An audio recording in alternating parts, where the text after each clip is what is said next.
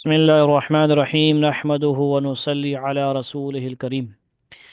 أما بعد فأعوذ بالله من الشيطان الرجيم بسم الله الرحمن الرحيم تجوید القرآن کے حوالے سے جمال القرآن کتاب میں سے کچھ سبق ہے ہمارا صفحہ نمبر 42 اور یہ ہم 14واں لمحہ پڑھ رہے ہیں فوائد متفرقہ ضرورت کے بیان میں۔ اس میں سے کچھ چیزیں ہم نے پڑھی تھیں اور کچھ کو ہم آگے دیکھیں گے۔ فائدہ نمبر جو ہے ہم اس کا تین دیکھتے ہیں۔ اسی طرح اسی سورہ دہر میں وسط کے قریب قواریرہ 2 دفعہ آیا ہے سورہ دہر میں، ٹھیک ہے جی، اور دونوں کے اخیر میں الف لکھا ہے۔ ان کا قاعدہ یہ ہے کہ دوسری جگہ تو کسی حال میں الف نہیں پڑھا جائے گا، خواہ وقف ہو یا نہ ہو، اور پہلی جگہ اگر وقف کرو تو الف پڑھا جائے گا، یعنی قواریرہ۔ پچھلی آیت تو ختم کی، کسی نے دونوں کو ملانا چاہے گا تو قواریرہ پڑے گا، یہ مقصد ان کا یہ ہے،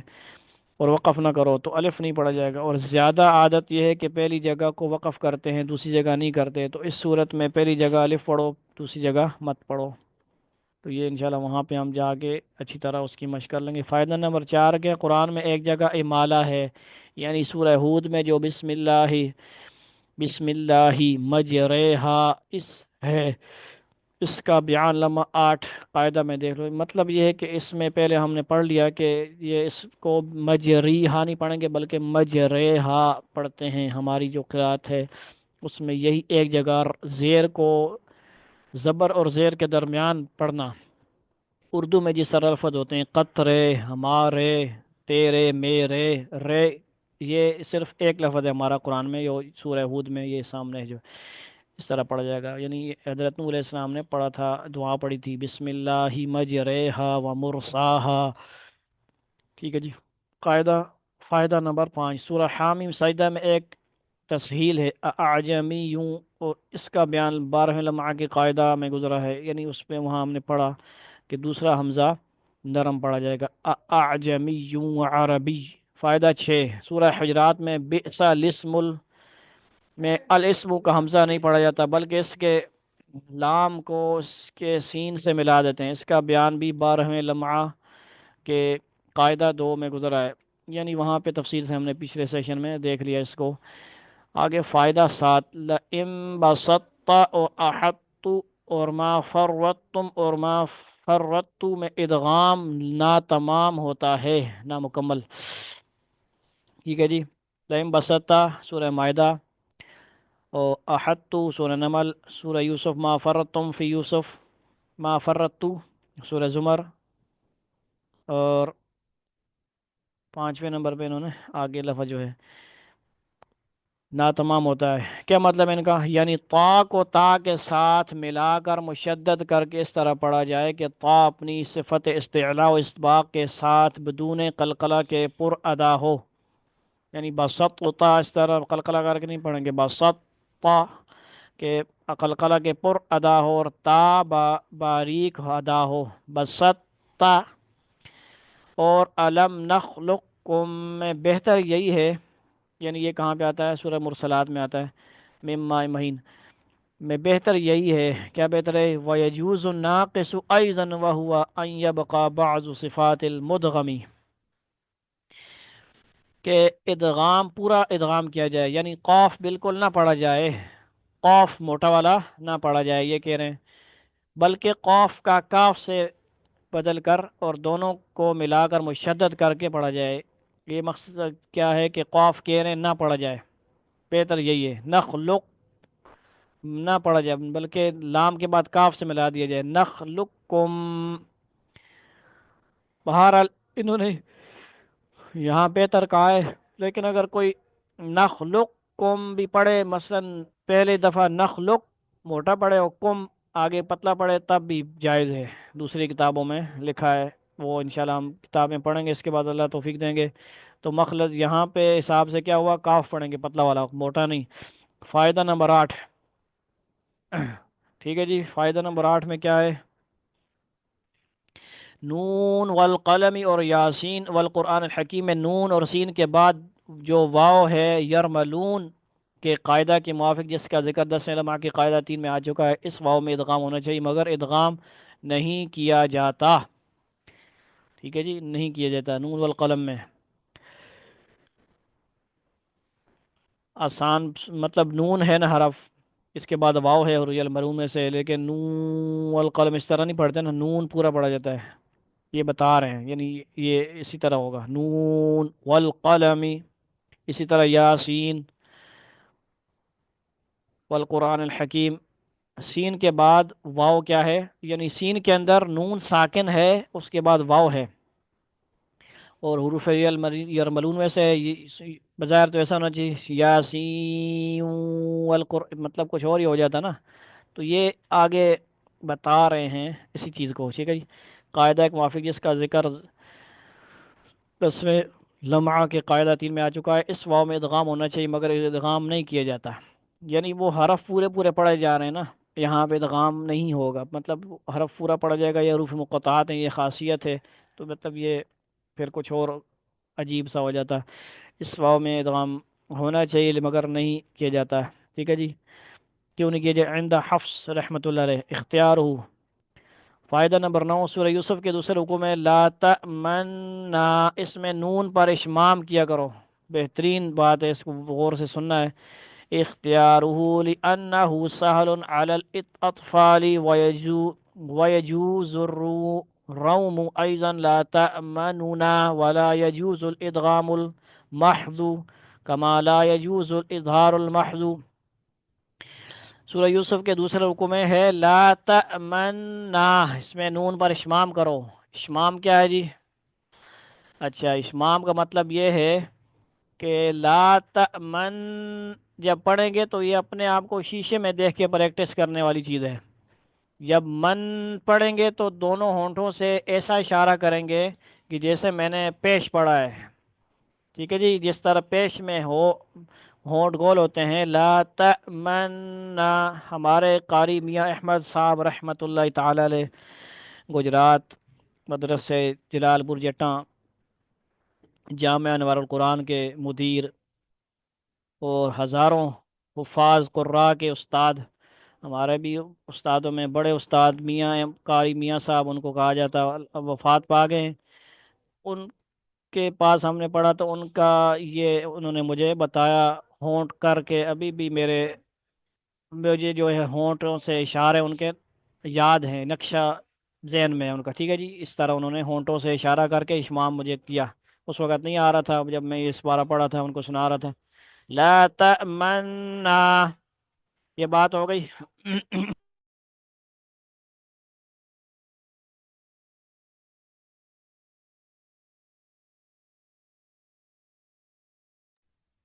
یہ بات انشاءاللہ اس پہ مزید ہم پریکٹس کر کے کسی طرح ویڈیوز کے ذریعے کریں گے، آگے فائدہ نمبر 4 ہے، ماشاءاللہ ویلکم کرتے ہیں سب کو، قرآن میں ایک جگہ، اچھا آگے جاؤ نا جی، 43 صفحہ، فائدہ نمبر 10 میں کہتے ہیں قرآن مجید میں کہیں کہیں سکتہ لکھا ہوا پاؤ گے، اس کا مطلب یہ ہے کہ وہاں ذرا ٹھہر جاؤ مگر سانس مت توڑو، اور باقی سب قاعدے اس میں وقف کے جاری ہوں گے، یہ تو آپ کو پتہ ہے پہلے سے ہی، مثلا سورہ قیامہ میں ہے من راق، تو یرملون کے موافق من کے نون کا رام ادغام ہو جاتا ہے مگر ادغام نہیں ہوا، یعنی مراق نہیں ہوگا، مراق نہیں ہوگا، ٹھیک ہے جی، سکتہ کی وجہ سے یہ نہیں ہوگا ادغام، ٹھیک ہے جی، یہ چیزیں بہت ضروری ہیں، ایک چیز پتہ ہو مثلا یرملون والی، وہ ہر جگہ یہاں پہ بھی اگر ہم فٹ کر رہے ہوں تو پھر یہ چیزیں بہت سمجھنی ضروری ہیں، من راق کہ نون کا رام ادغام ہو جاتا ہے مگر ادغام نہیں ہوا، کیونکہ جب سکتہ کو بجائے وقف کے سمجھا تو گویا نون اور را میں اتصال نہیں رہا، اس لیے ادغام نہیں ہوا، اسی طرح سورہ کاف میں عوجا قیما لینذرا، ٹھیک ہے جی، وہاں پہ بھی سکتہ، تو اگر عوجا پر وقف نہ کریں اور ما بعد سے ملا کر پڑھیں تو اخفا نہیں ہوگا، بلکہ زبر کی تنوین کو الف سے بدل کر سکتہ کیا جائے گا۔ اچھا، سورہ کاف کی شروع کی آیتیں ہیں، کیا کہہ رہے ہیں جی، اگر عوجن پر وقف نہ کریں اور ما بعد سے ملا کر پڑھیں تو اخفا نہیں ہوگا، بلکہ زبر کی تنوین کو الف سے بدل کر سکتہ کیا جائے گا، ٹھیک ہے جی،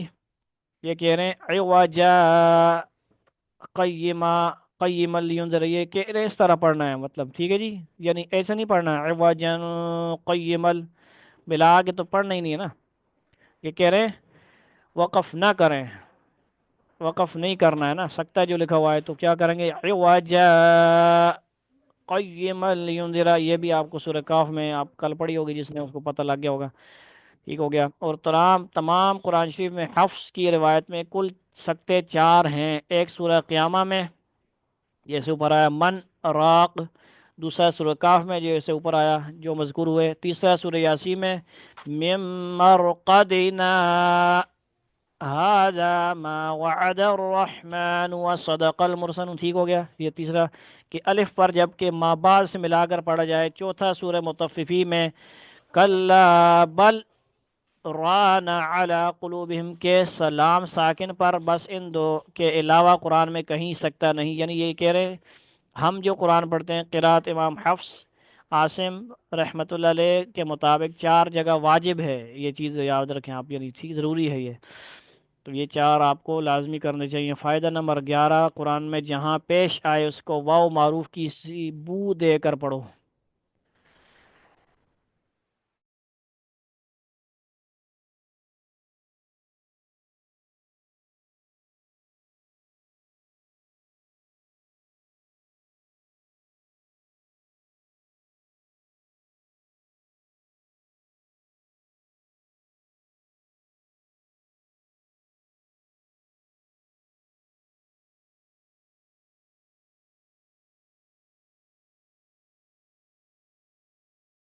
فائدہ نمبر 11 میں کیا کہہ رہے ہیں جی، قرآن میں جہاں پیش آئے اس کو واو معروف کی سی بو دے کر پڑھو،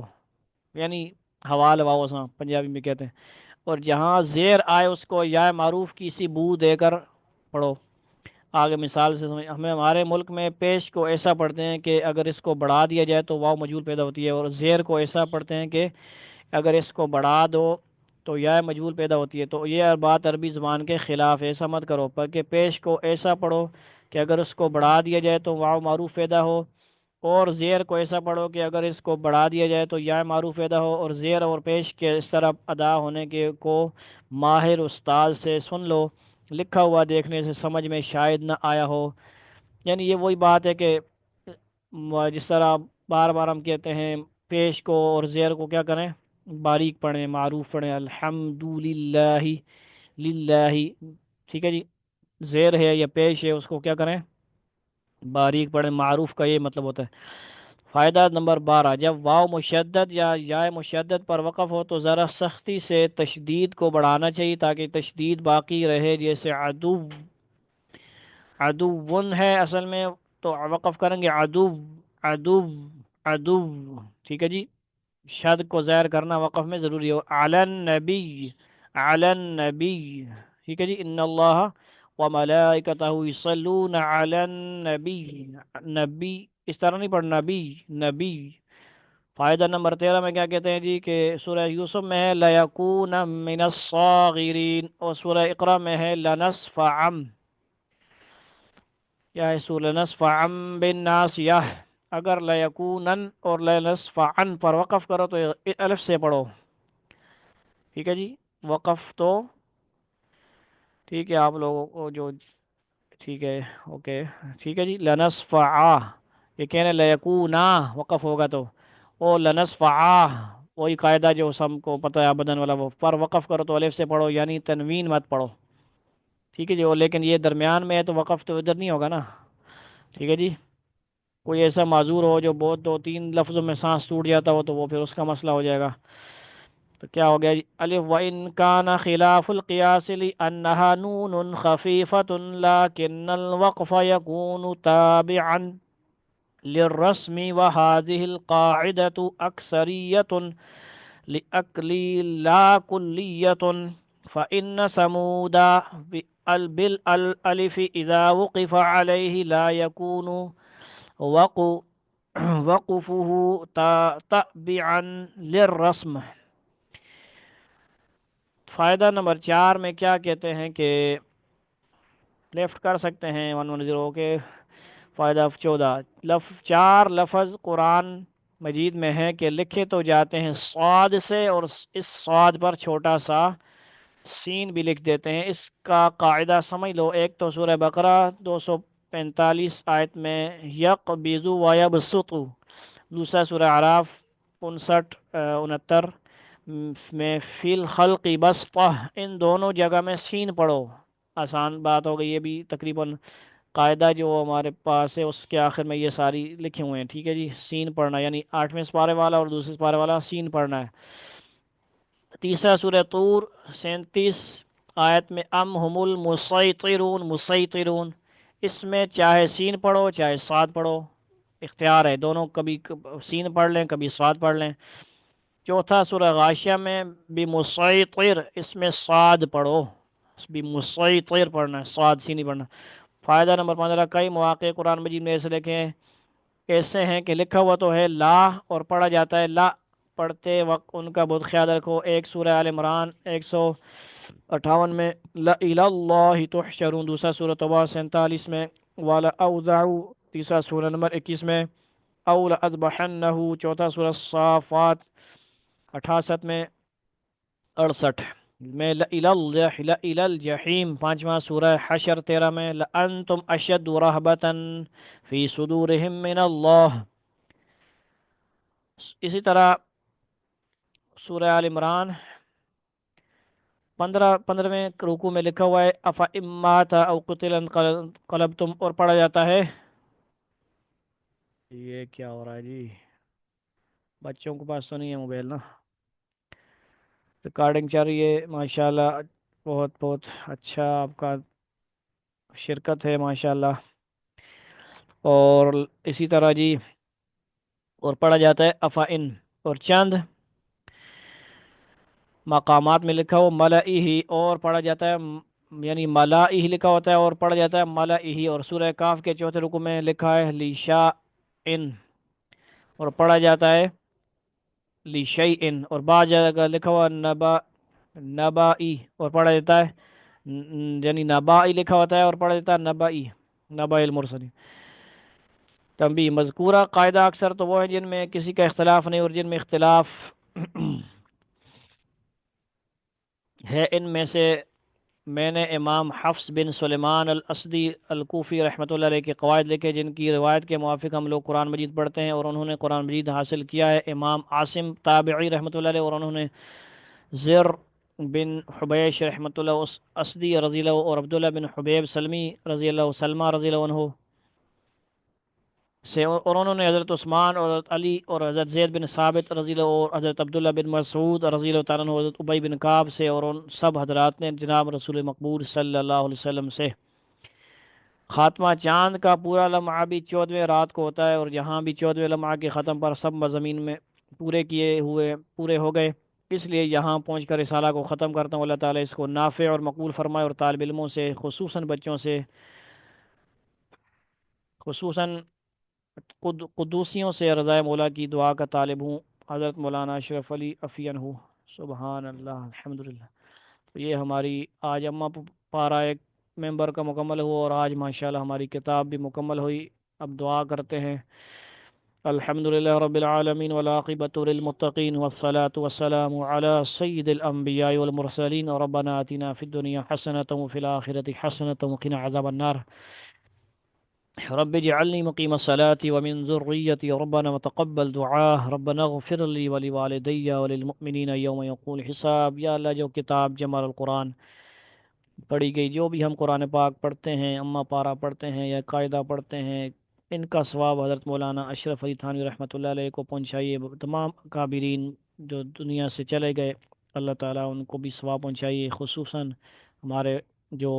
مولانا اشرف علی تھانوی صاحب نے یہ کتاب لکھی، ہم نے کوشش کی کسی طرح کچھ نہ کچھ سیکھنے کی، یا اللہ ان کی کوشش قبول فرمائیے، ان کے درجات بلند فرمائیے۔ ان کے خلاف جو اکابرین کے اوپر کیچڑ اچھالنے کے درپے ہیں، فتنے پھیلا رہے ہیں، غلط باتیں پھیلا رہے ہیں، ان کے، اور یا اللہ ان کو ہدایت نصیب فرما دے۔ یا اللہ ان اکابرین کی بے شمار خدمات ہیں، ان میں سے یہ کتاب بھی ہم نے آج پڑھی، اساتذہ سے قاری بدر عالم صاحب سے بھی میں نے پڑھی تھی کسی دور میں، یا اللہ ان کو بھی جزائے خیر عطا فرما، اور مجھے آگے پڑھانے کی، اور جو ممبر جنہوں نے پڑھی ہوئی ہے کتاب یہ ان کو بھی آگے پڑھانے کی توفیق عطا فرما، اور اس کتاب کے مطابق پریکٹیکلی ہمیں اعلیٰ قرآن پاک سیکھنے کی، صحیح پڑھنے کی، تجوید کے ساتھ حروف و مخارج صفات کا خیال کرتے ہوئے پڑھنے کی توفیق عطا فرمائیے۔ جو ممبر اپنے قیمتی وقت کو نکال کر آتے ہیں، سیکھتے ہیں، سنتے ہیں، جو ہے بندے بیوقوف نہ جاہل قسم کے بندے کو سنتے ہیں اور کچھ نہ کچھ سیکھ لیتے ہیں، یا اللہ مجھے بھی کچھ پڑھنے کی توفیق ہو جاتی ہے، سیکھنے کی، پڑھنے کی کچھ کمی بیشی ہوتی ہے اس صحیح کرنے کی توفیق ہو جاتی ہے، یا اللہ ان سب کو بہت معجزہ خیر عطا فرمائے، ان سے دین کا کام لے لے۔ جو ممبر آتے ہیں جتنے بھی ہیں، بچے پڑھتے ہیں، یا اللہ ان سب کو بھی شوق نصیب فرما، شام کو 6 والی کلاس میں جو بڑے چھوٹے آتے ہیں ان کو بھی شوق مزید نصیب فرما، قبول فرما، ہمارے بچے بچیوں کو بھی مزید شوق نصیب فرما،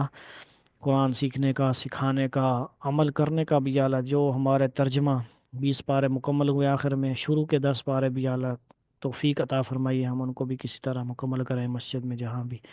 تمام نمازیوں کو بھی یا اللہ مزید قرآن سیکھنے والا بنا، ہمیں بھی ان کو کچھ نہ کچھ دین قرآن سکھانے کی توفیق عطا فرما، جتنے بھی ہمارے متعلقین ہیں، جتنا یا اللہ آپ نے ہمیں سکھایا ہے، اساتذہ سے سیکھا ہے، ہمیں آگے سکھانے والا بنا دے، یا اللہ ہمیں موت تک قرآن پاک کے ساتھ، خدمت دین کے ساتھ جوڑے رکھیے، ایمان کے ساتھ موت نصیب فرمائیے۔ تمام ہمارے اساتذہ جو دنیا میں ہیں، یہ دنیا سے چلے گئے ہیں، ان کو بھی جزائے خیر عطا فرما، جو دنیا سے چلے جائیں ان کی، چلے گئے ہیں ان کی کامل مغفرت فرمائیے، جو دنیا میں ہیں قاری شبیر احمد صاحب کو صحت عافیت مزید عطا فرما، قاری ثناء اللہ صاحب کو صحت عافیت اور ان کے مدرسے کو مزید بہتری ترقیات نصیب فرما، مستنصر صاحب کو بھی بہترین جزا خیر عطا فرما، قاری ندیم جعفر صاحب کو یا اللہ ان کو بھی بہترین جزا خیر عطا فرما، ابتدائی قاعدہ انہوں نے پڑھایا، مستنصر صاحب نے کچھ منزل پڑھائی، شبیر صاحب کے پاس 28 پارے کیے، اور یا اللہ ان کو بھی صحت عافیت عطا فرما، بہت بیمار رہتے ہیں، ہمارے قاری ثناء اللہ صاحب لالا جی ان کو کہا جاتا ہے، یا اللہ ان کو بھی مزید ان کی علم میں، تلاوت میں، منزل میں اضافہ فرما، اچھے طریقے سے مزید مدرسوں کو، مدارس کو چلانے کی توفیق عطا فرما دے، یا اللہ، یا اللہ ہمیں، یا اللہ معاف فرما دیجئے، یا اللہ ہماری جو کمیاں ہیں ختم فرمائیے، نمازوں کے اندر، تہجد کے اندر اہتمام سب کو نصیب فرمائیے، ہمارے اساتذہ انجینئر صاحب صوفی عمران ملک صاحب کو زندگی عطا فرمائیے، ان کے فیوز و برکات سب کو نصیب فرمائیے، سبحان ربک رب العزت عما یصفون وسلام علی المرسلین والحمد للہ رب العالمین، صلی اللہ تعالی علی خیر خلقہ محمد وآلہ وصحبہ اجمعین، آمین آمین آمین برحمتک یا ارحم الراحمین، والسلام علیکم ورحمۃ اللہ وبرکاتہ۔